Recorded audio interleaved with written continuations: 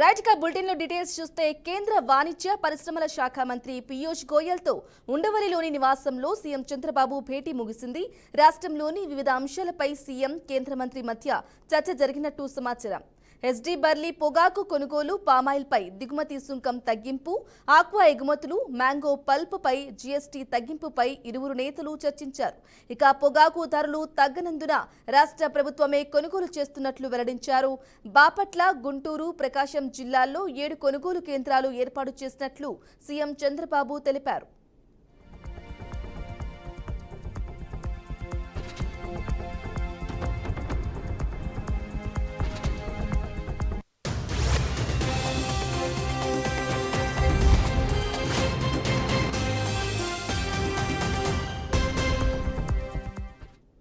పొగాకు కొనుగోలుకు రాష్ట్ర ప్రభుత్వం 300 కోట్ల రూపాయలు ఖర్చు చేస్తోందని, టొబాకో బోర్డు 150 కోట్ల రూపాయలు భరించేలా చూడాలన్నారు. పొగాకు ఉత్పత్తి, మార్కెటింగ్ ను టొబాకో బోర్డు నియంత్రించేలా చర్యలు తీసుకోవాలని కోరారు. సీఎంతో భేటీ అనంతరం పీయూష్ గోయల్ గుంటూరు వెళ్లారు. గుంటూరు పొగాకు బోర్డు కార్యాలయంలో అధికారులు ఎన్ఐసిడిసితో సమావేశం నిర్వహించున్నారు. పొగాకు కొనుగోలు, రైతుల సమస్యలపై చర్చించనున్నారు. Discussions today with Honorable Chief Minister Shri Chandrababu Naidu Garu about industrial development and promotion of exports from the state of Andhra Pradesh. We had wide-ranging discussions covering different sectors and how infrastructure, how tourism, how different industries in defense, aerospace, chemicals collectively can impact the state of Andhra Pradesh. రైట్గా Telangana cabinet సమావేశం సోమవారం జరగనున్నట్లు సమాచారం. మధ్యాహ్నం 3 గంటల ప్రాంతంలో సచివాలయంలో cabinet భేటీ కానున్నట్లు తెలిసింది. తెలంగాణలో స్థానిక సంస్థల ఎన్నికలపై ఈ సమావేశంలో ముఖ్యంగా చర్చించే అవకాశం ఉన్నట్లు సమాచారం. ఇప్పటికే మంత్రి సీతక్క, మంత్రి పొంగులేటి శ్రీనివాసరెడ్డి స్థానిక సంస్థల ఎన్నికలపై కేబినెట్లో నిర్ణయం తీసుకుంటామని స్పష్టం చేశారు. ఈ నేపథ్యంలోనే రేపు జరిగే మంత్రివర్గ సమావేశంలో స్థానిక సంస్థల ఎన్నికల షెడ్యూల్పై కీలక నిర్ణయం తీసుకునే ఛాన్స్ ఉందని తెలుస్తోంది. రైతు భరోసా ఇచ్చే ఆలోచనలో ప్రభుత్వం ఉన్నట్లు టాక్ నడుస్తోంది. వీటితో పాటు ఎన్నికల ముందు హామీ ఇచ్చిన 6 గ్యారంటీలో మరో గ్యారంటీని అమలుకు కీలక నిర్ణయాలు తీసుకునే ఛాన్స్ ఉందని విశ్వసనీయ సమాచారం.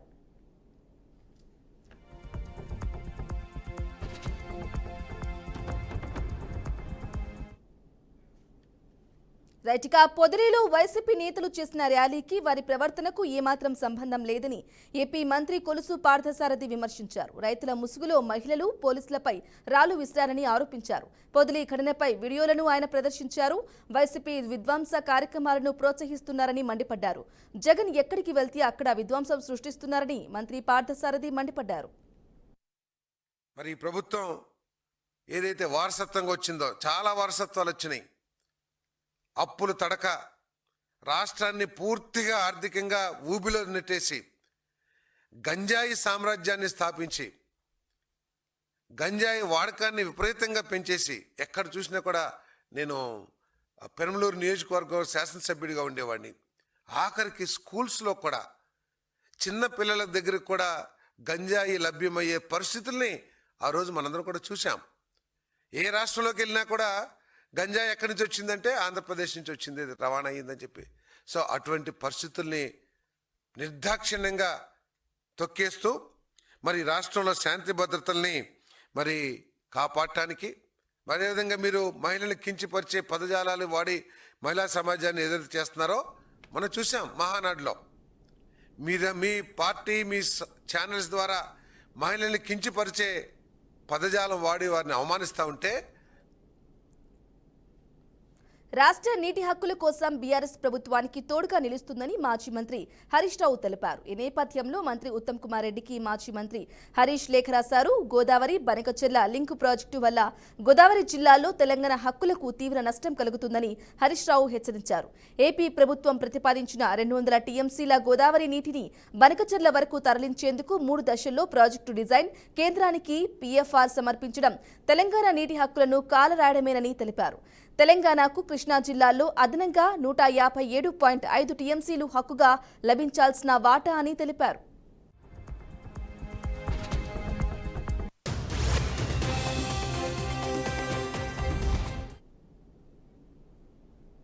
బీఆర్ఎస్ నేతలపై పెట్టే కేసులు, ఎఫ్ఐఆర్లు గాంధీ భవన్లోనే రెడీ అవుతున్నాయని బీఆర్ఎస్ నేత ఆర్ఎస్ ప్రవీణ్ కుమార్ అన్నారు. రేవంత్ రెడ్డి పాలనలో సీక్రెట్ ఎఫ్ఐఆర్లు తయారవుతున్నాయని, వాట్సాప్లో స్టేటస్ పెట్టినా కేసులు పెడుతున్నారని ఆగ్రహం వ్యక్తం చేశారు. ఇక హైదరాబాద్లోని తెలంగాణ భవన్లో ఆదివారం నాడు ఆయన మీడియాతో మాట్లాడుతూ బీఆర్ఎస్ నాయకులపై పెడుతున్న అక్రమ కేసులపై ఆగ్రహం వ్యక్తం చేశారు. బీఆర్ఎస్ నాయకులపై పెడుతున్న కేసులన్నీ తప్పుడు కేసులే అని ఒక మాజీ పోలీస్ అధికారిగా చెబుతున్నారని స్పష్టం చేశారు. ఇదే రేవంత్ రెడ్డి మీద నిజంగా ఈ ఫార్ములా ఈ కేసులో తెలంగాణకు జరిగిన నష్టం కేటీఆర్ నుంచి కాదు, రేవంత్ రెడ్డి నుంచి అని చెప్పేసి జనవరి 28 నాడు నార్సింగి పోలీస్ స్టేషన్లో నేను కంప్లైంట్ ఇచ్చిన. మీకు విచిత్రమైన విషయం ఏంటంటే, భారత న్యాయ సురక్షిత సంహిత ప్రకారం సెక్షన్ 173 ప్రకారం ఎవరైనా ఫిర్యాదుదారు కంప్లైంట్ ఇస్తే ఆ ఫిర్యాదుదారు దగ్గరకు వచ్చి, అయ్యా బాబు నువ్వు ఇన్ని కంప్లైంట్లు ఇచ్చినావు, నీ దగ్గర ఏమైనా ఆధారాలు ఉన్నాయా అని చెప్పి అడగాల్సిన కనీసమైన బాధ్యత పోలీస్ అధికారుల మీద ఉంది.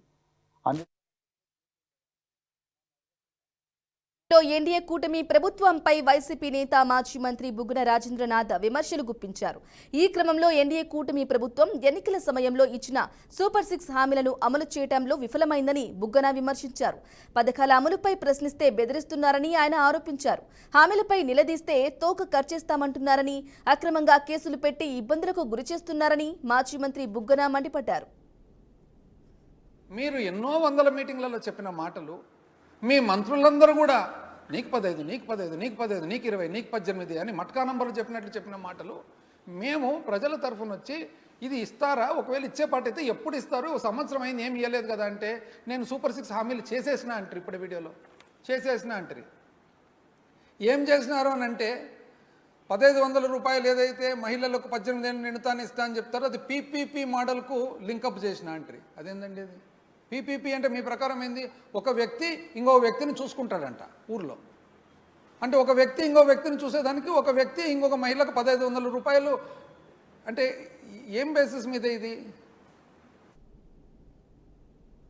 పల్నాడు జిల్లా సత్తెనపల్లి నియోజకవర్గంలో రాజకీయం వేడి రాజుకుంటుంది. ఇక ఈ నెల 18న మాజీ ముఖ్యమంత్రి వైఎస్ జగన్మోహన్ రెడ్డి రెంటపాల గ్రామంలో శివనాగ మల్లేశ్వరరావు విగ్రహావిష్కరణ కార్యక్రమంలో పాల్గొనున్న నేపథ్యంలో వైసీపీ నేతలు గ్రామాన్ని సందర్శించి ఏర్పాట్లను సమీక్షించారు.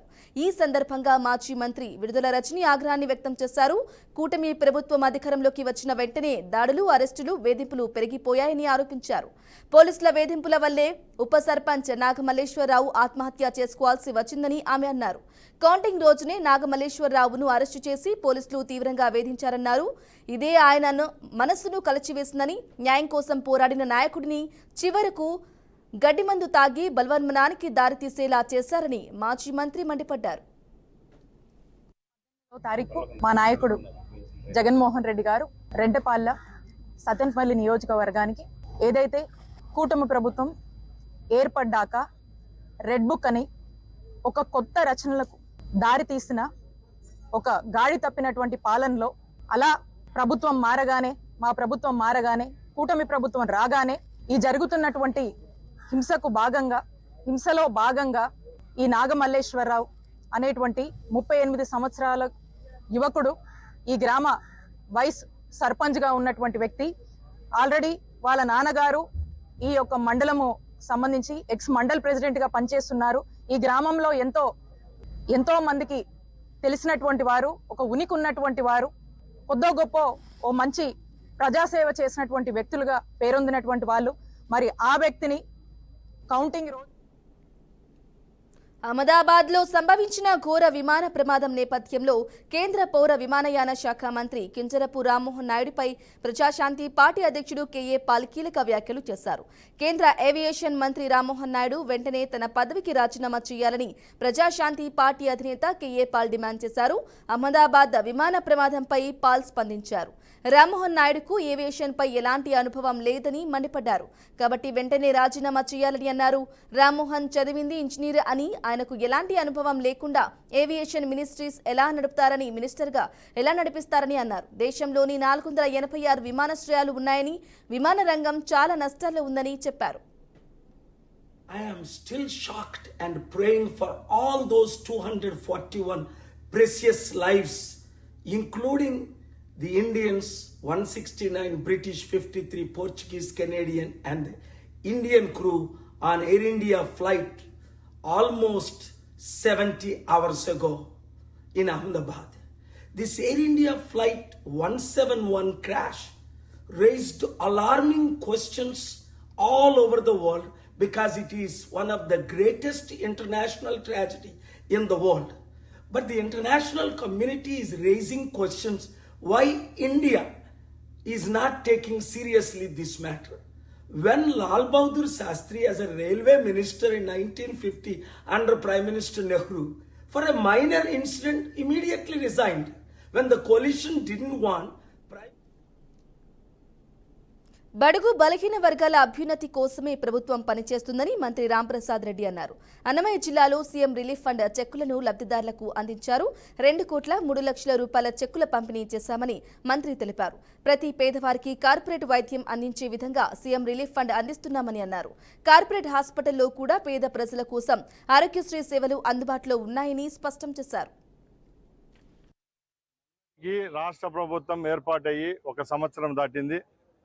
ముఖ్యంగా కేవలం ఎన్టీఆర్ ఆరోగ్యశ్రీ ద్వారా కాకుండా చంద్రబాబు నాయుడు గారు పేదవాళ్ళకు మంచి చేయాలా, పేద ప్రజలు కార్పొరేట్ వైద్యం అందాలని ఈరోజు చీఫ్ మినిస్టర్ రిలీఫ్ ఫండ్ను కూడా అందించడం జరుగుతూ ఉంది. దానిలో భాగంగా కేవలం రాయచోటి నియోజకవర్గానికి 150 మంది లబ్ధిదారులకు 2,03,00,000 రూపాయలు అందించడం జరిగింది. ఇది ఒక చరిత్ర. ఎందుకంటే ఈరోజు ప్రతి ఒక్క నియోజకవర్గం నుంచి అన్ని హాస్పిటళ్లలో, కార్పొరేట్ హాస్పిటల్లో కూడా ఈరోజు పేద ప్రజల కోసం ఆరోగ్యశ్రీ ఏర్పాటు చేయడం జరిగింది. ఖైరతాబాద్ నియోజకవర్గ కాంగ్రెస్ పార్టీ ముఖ్య కార్యకర్తల సమావేశం శనివారం జలసౌధలో జరిగింది. ఈ సమావేశంలో సుమాజిగూడ కార్పొరేటర్ వనం సంగీతా శ్రీనివాస్ యాదవ్ చేసిన వ్యాఖ్యలు ఇప్పుడు రాష్ట్ర రాజకీయాల్లో సంచలనంగా మారాయి. ముఖ్యమంత్రి రేవంత్ రెడ్డిపై అనుచిత వ్యాఖ్యలు చేసిన కార్పొరేటర్ వీడియో సోషల్ మీడియాలో వేగంగా వైరల్ అవుతోంది. సంగీతా శ్రీనివాస్ యాదవ్ ఉద్దేశపూర్వకంగా ఆ మాటలని వాడారా, లేక అభిప్రాయ భేదాల నుంచి ఆ మాట వచ్చిందా అనే దానిపై ఇప్పటికీ స్పష్టత లేదు. అయితే కార్యకర్తల మధ్య ఆ వ్యాఖ్య వినిపించిన వెంటనే కొందరు స్పందించగా వీడియోను రికార్డు చేసిన వారిని అక్కడే ఉన్నవారు గమనించారు. అప్పటి నుంచే ఈ వీడియో సామాజిక మాధ్యమాల్లో తెగ చక్కలు కొడుతోంది. రాజు యువ వికాసాన్ని తీసుకురావడం జరిగింది. ఏదైతే యువకులకి మరి మహిళలకి యువతకి మన ముఖ్యమంత్రి రేవంత్ రెడ్డి గారు ఎన్నో ఆలోచనతో ముందుకు తీసుకురావడం జరుగుతుంది. కావున నేను వారికి ఈ వేదిక ద్వారా ధన్యవాదాలు తెలియజేసుకున్నా. మరి నాకు ఈ అవకాశం ఇచ్చిన ప్రతి ఒక్కరికి ధన్యవాదాలు తెలియజేస్తున్నాను. నగరం నడిబొడ్డున దర్జాగా సుమారు 80 కోట్ల రూపాయలు విలువ చేసే ఖాళీ ప్రభుత్వ స్థలాన్ని ప్రైవేటు వ్యక్తులు కబ్జా చేశారు. గతంలో ఇదే స్థలాన్ని కబ్జా చేసి షెడ్డు నిర్మించడంతో అధికారులు జోక్యం చేసుకున్నారు. కబ్జాదారులపై కేసులు నమోదు చేసి స్థలంలో ప్రభుత్వ బోర్డు ఏర్పాటు చేశారు. ఇవాళ తాజాగా ఆదివారం సెలవు దినం కావడంతో మళ్లీ స్థలం చుట్టూ బ్లూ షీట్లు ఏర్పాటు చేశారు. అధికారులు అంతా సెలవులో ఉంటారని భావించి కబ్జాకు పాల్పడ్డారు. నెల రోజుల క్రితం కబ్జాకు ప్రయత్నించగా షేక్పేట మండల అధికారులు అడ్డుకున్నారు. ఇక తాజాగా ఇవాళ మళ్లీ ఎవరూ లేనిది చూసి స్థలం చుట్టూ షీట్లు ఏర్పాటు చేశారు. దీనిపై అధికారులు ఏ విధంగా స్పందిస్తారో చూడాలి.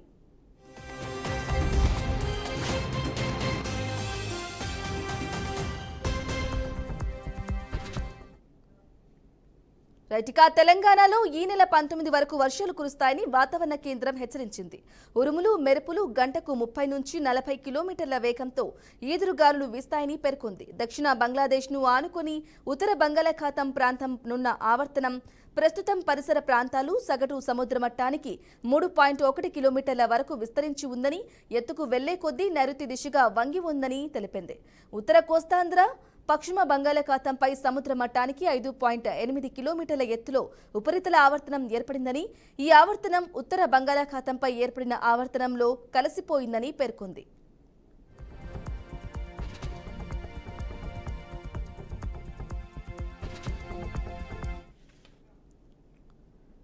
జగిత్యాల జిల్లా కోరుట్ల పట్టణ శివారులో విషాదం చోటు చేసుకుంది. గణేష్ విగ్రహాల తయారీ కేంద్రంలో విద్యుత్ షాక్ ఘటన కలకలం రేపుతోంది. అకస్మాత్తుగా కరెంటు షాక్ తగిలిన ఘటనలో 6 పనిచేస్తున్న కార్మికులు తీవ్రంగా గాయపడ్డారు.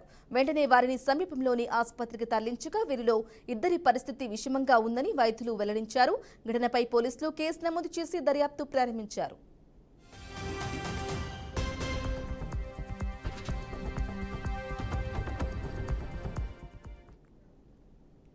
నిర్మల్ జిల్లా బాసరలో ఘోర విషాదం చోటు చేసుకుంది. గోదావరిలో స్నానానికి వెళ్లిన 5 వ్యక్తుల్లో 4 మృతి చెందినట్లు స్థానికులు తెలిపారు. మృతులు హైదరాబాద్ చింతల వాసులుగా గుర్తించారు. వారంతా ఒకే కుటుంబానికి చెందారని సమాచారం.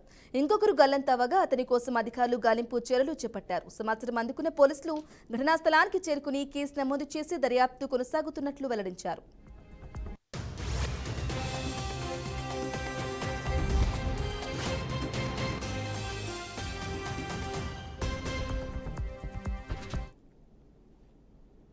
రైట్గా దేశవ్యాప్తంగా ఉన్న మావోయిస్టుల ఉనికి లేకుండా చేయడమే లక్ష్యంగా కేంద్ర ప్రభుత్వం వివిధ రాష్ట్రాలతో కలిసి ముందుకెళ్తుంది. ఇందులో భాగంగా ఇటీవల కొద్ది రోజులుగా ఆపరేషన్ కగార్ పేరుతో అడవులను జల్లెడ పడుతూ మావోయిస్టులను హతమారుస్తున్నారు. ఇక ఇప్పటికే వందల సంఖ్యలో మావోయిస్టులు ఎన్కౌంటర్లో మరణించారు. వీరిలో గత కొన్ని దశాబ్దాలుగా పార్టీలో ఉన్న కీలక నేతలు కూడా ఉన్నారు. అయితే మావోయిస్టులపై కేంద్ర బలగాల చర్యలను మానవ హక్కుల సంఘాలు తీవ్రంగా ఖండిస్తున్నాయి. వారితో శాంతి చర్చలు జరపాలని డిమాండ్ చేస్తున్నారు. ఈ నెల 20న ఏపీ, తెలంగాణ రాష్ట్రాల బంద్కు మావోయిస్టు నేతలు పిలుపునిచ్చారు.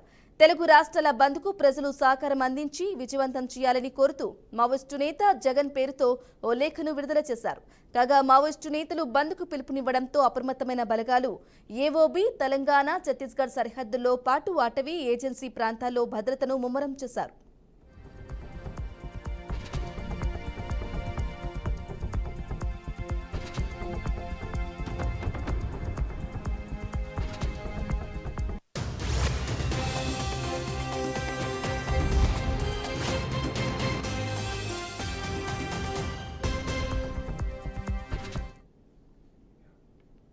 అహ్మదాబాద్ సమీపంలో జరిగిన ఘోర విమాన ప్రమాదంలో గుజరాత్ మాజీ ముఖ్యమంత్రి విజయ్ రూపానీ మృతి చెందారు. విజయ్ రూపానీ మృతదేహాన్ని అధికారులు DNA పరీక్ష ద్వారా గుర్తించారు. రాజ్కోట్లో విజయ్ రూపానీ అంత్యక్రియల కోసం ఏర్పాట్లు జరుగుతున్నట్లు కుటుంబ సభ్యులు తెలిపారు.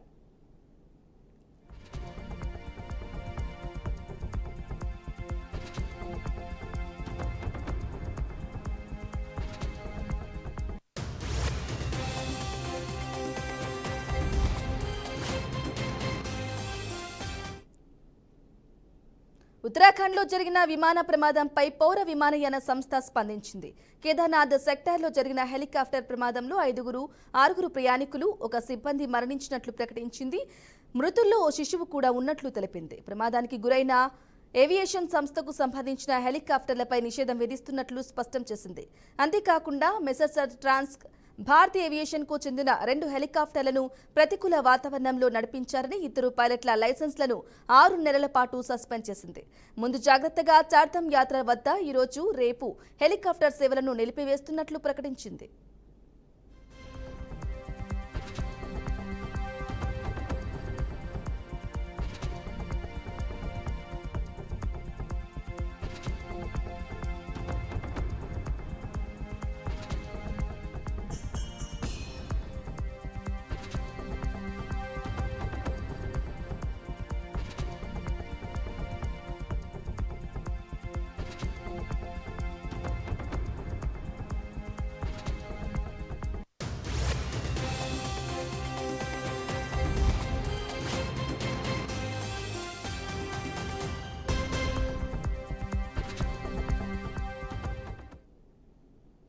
మహారాష్ట్రలో ఘోర ప్రమాదం జరిగింది. పూణేకి సమీపంలోని ఇంద్రాయణి నదిపై ఉన్న వంతెన కుప్పకూలింది.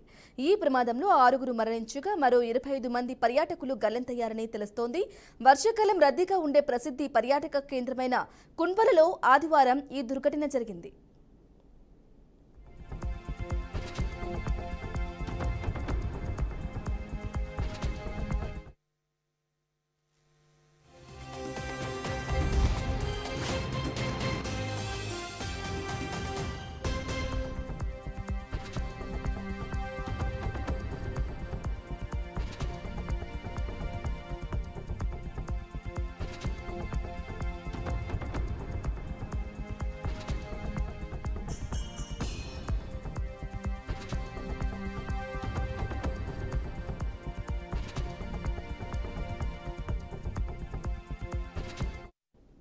ఇక పూణే జిల్లాలోని మావల్ తాలూకాలో ఆదివారం మధ్యాహ్నం ఈ విషాదకర సంఘటన చోటు చేసుకుంది.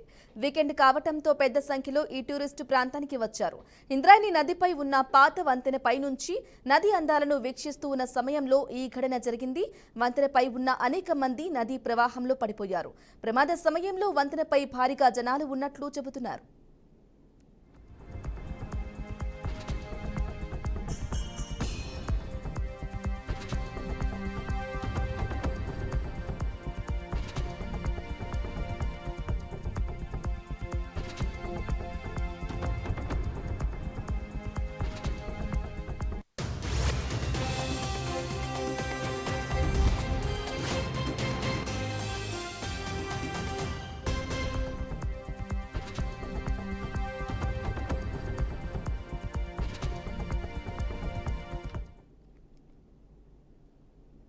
రైట్గా ఎయిర్ ఇండియా విమానంలో సాంకేతిక సమస్య మరోసారి కలకలం రేపింది. గజియాబాద్ నుంచి కోల్కతా వెళ్లాల్సిన విమానంలో సాంకేతిక సమస్య ఏర్పడటంతో సిబ్బంది ఆందోళనకు గురయ్యారు. దీంతో సాంకేతిక సమస్య కారణంగా విమానాన్ని నిలిపివేశారు ఎయిర్ ఇండియా అధికారులు. ఈ నేపథ్యంలో ఎయిర్పోర్ట్లోనే ప్రయాణికులు పడిగాపులు కాశారు. అయితే అహ్మదాబాద్లో విమానం కూలిపోవడంతో ఈ ఘటన చర్చనీయాంశంగా మారింది.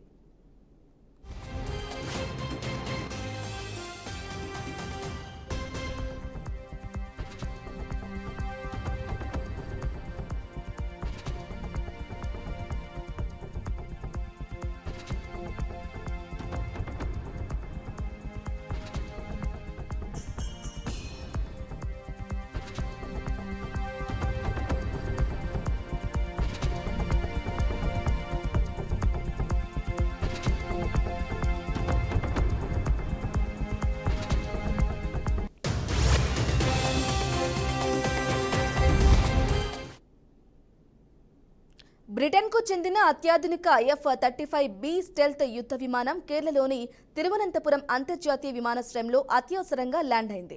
విమానంలో ఇంధనం తగ్గిపోవడం, హిందూ మహాసముద్రంలో వాతావరణం అనుకూలించకపోవటమే ఇందుకు ప్రధాన కారణాలుగా తెలుస్తోంది. ఈ ఘటనతో విమానాశ్రయ వర్గాలు, భారత వాయుసేన వెంటనే అప్రమత్తమయ్యాయి. బ్రిటన్కు చెందిన విమాన వాహక నౌక నుంచి భారత తీరానికి సుమారు 100 నాటికల్ మైళ్ల దూరంలో గగనతలంలో ఉండగా ఈ F-35B యుద్ధ విమానంలో సాంకేతిక సమస్య తలెత్తినట్లు సమాచారం. దీంతో పైలట్ విమానాశ్రయ అధికారులను అత్యవసర ల్యాండింగ్ కోసం అనుమతి కోరారు. విమానాశ్రయంలో వెంటనే ఎమర్జెన్సీ ప్రకటించి విమానం సురక్షితంగా ల్యాండ్ అయ్యేందుకు అన్ని ఏర్పాట్లు చేశారు.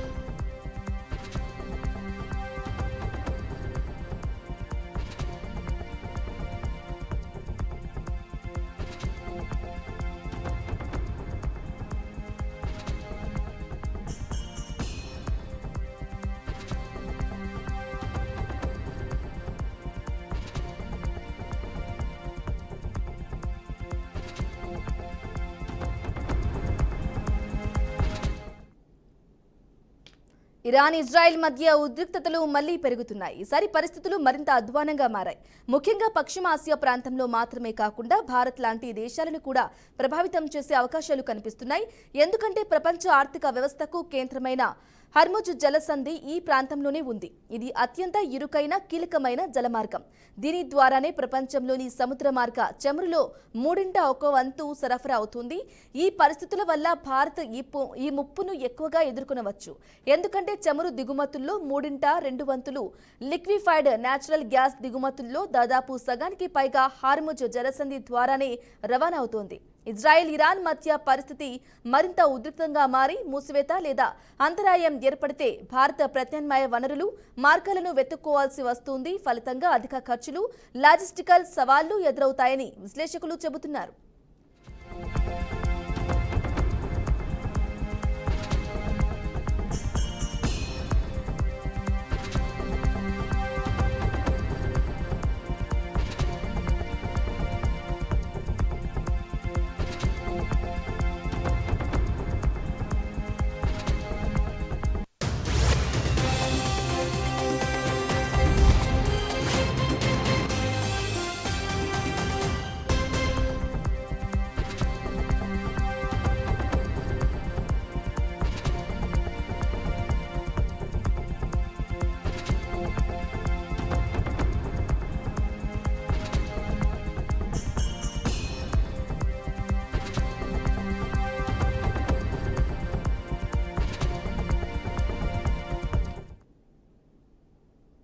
ప్రపంచ కుబేరుల జాబితాలో అనూహ్య మార్పులు చోటు చేసుకుంటున్నాయి. ఒరాకిల్ కార్పొరేషన్ సహా వ్యవస్థాపకుడు చైర్మన్ లారీ ఎలిసన్ ఇప్పుడు ప్రపంచంలోనే 2వ అత్యంత సంపన్న వ్యక్తిగా అవతరించారు. ఈ క్రమంలో ఆయన meta CEO mark Zuckerberg, Amazon వ్యవస్థాపకుడు జెఫ్ బెజోస్లను వెనక్కి నెట్టడం విశేషం. ఒరాకిల్ కంపెనీ ఇటీవల ప్రకటించిన బలమైన ఆర్థిక ఫలితాల నేపథ్యంలో కంపెనీ షేర్ల ధర భారీగా పెరిగింది. ఇదే లారీ ఎలిసన్ సంపద అమాంతం పెరగడానికి, ఆయన ర్యాంకింగ్ మెరుగుపడడానికి ప్రధాన కారణంగా నిలిచింది.